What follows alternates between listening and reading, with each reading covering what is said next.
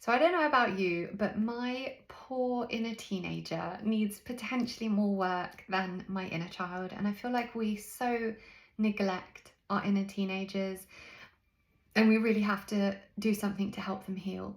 So that's what this practice is for. And I think probably about 99% of women have within them a sad, wounded, neglected, rejected, heartbroken inner teenager. And I think it's really important for us in our healing journeys to do something about that.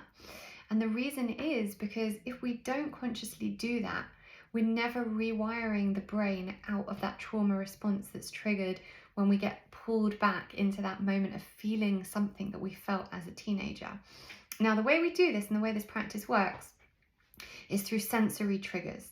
So sensory triggers are really interesting because anytime that there is a sensory trigger from a specific time in our life that was not necessarily positive, it triggers the trauma response in the brain. So in this instance, we're going to use, usually the biggest ones are smells and songs, and we're going to use songs right now. But it's interesting how it works in that when you hear the song, it triggers that trauma response in your brain that tells you that you are unsafe. Now, what we want to do, and we know that this works through neuroplasticity, is we can actually rewire neural pathways in our brain. So we can rewire our brain out of victim consciousness, out of trauma, into something far more positive and where we take back our personal power. Now, what we would have done in the past, if you're like me from the age of 13 until, about to turn 40, is every time you hear a song that evokes memories and emotions of that time, like one of those songs that really kind of brings up all the memories of that time, a song that was really prominent for you during that time, you go back to being that inner teenager. Literally, it puts you back in that moment. I know it has done that for me. I will hear a song and I feel like that teenage girl again. I feel powerless. I feel rejected. I feel wounded. I feel just unloved and unlovable. And I always have to remind myself of who I am now. But that's what trauma does, right? Trauma doesn't really have a memory. If you give your brain a sensory trigger, it puts you right back in that moment and makes you feel like you're in it now. And that's why trauma needs to be healed in that way, through the brain, through the senses, through the nervous system. So what we're going to do is desensitize our brain to this sensory trigger. So what I want you to do is I want you to find the song, or series of songs, a few songs if you like, that truly evoke those emotions of that time, like something. And again, if you're anything like me, most teenage girls, music is a massive part of our lives. We sit there listening to it. Me and my friends used to sit in the playground with our Discmans and our Walkmans, listening to specific songs, looking at the boys we fancied and just being sad about it, but like listening to those songs over and over and over again. I mean, I would literally force myself in my bedroom to listen to sad songs from that time, just to make myself be in that moment more. I mean, bizarre that we do that, right? And actually, I believe we do that to make ourselves feel more alive.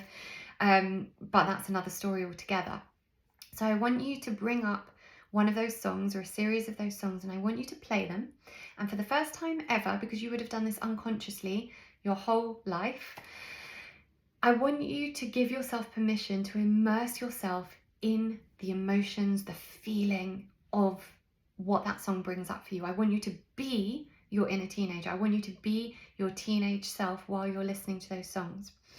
And consciously think, what is it doing to your body? Where are you feeling it? Is it in your heart? Is it in your stomach? Is it in your head? Where are you feeling the majority of that emotion? And give it a name. Name it. Like, is it sad? Is it let down? Is it heartbroken? Is it rejected? Is it unlovable? Like, what is the word or words associated with it? And I want you to give yourself really time to just give yourself permission to be in that and feel it and feel how it feels. Then once you've done that, I want you to go to your journal, and the music can still be playing in the background because that kind of evokes more of these emotions that will help you with your writing. And I want you to spend 10 to 20 minutes journaling about what you just felt and what you are feeling. What comes up for you from an emotion perspective? What are you thinking? What are the emotions that come up from that time? What is it making you feel about yourself and that time, and anything that comes up for you? Now, once you've done that, I want you to play the song again, And I want you to stand in front of the mirror.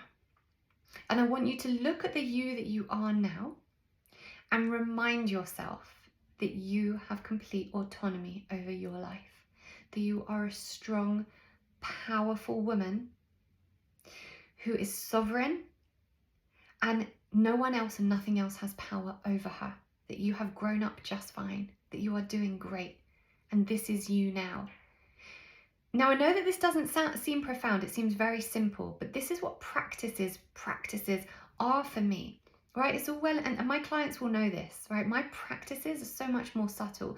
It's all well and good talking about the meditation, the hour-long meditation, the long breathwork sessions, and the yoga and all that. Those things are great. I do them all, wonderful.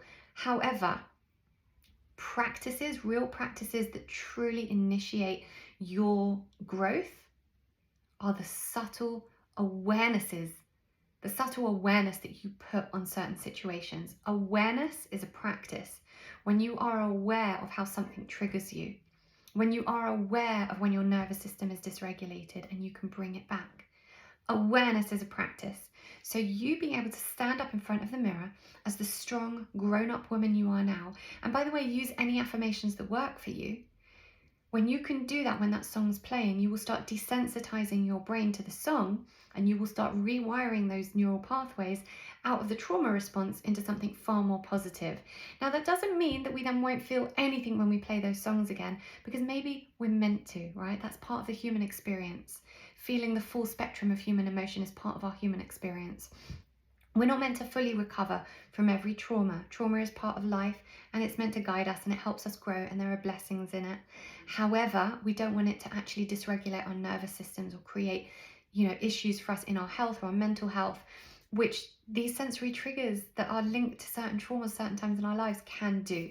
So this might seem like such a simple practice, but I promise you, if you do it over and over again, it will make you feel so empowered, and I know it has for me. So yes, it's simple, but it's profound, and I'd love you to try it and let me know how it feels. And I hope it does as much for you and your inner teenager as it has done for me and mine.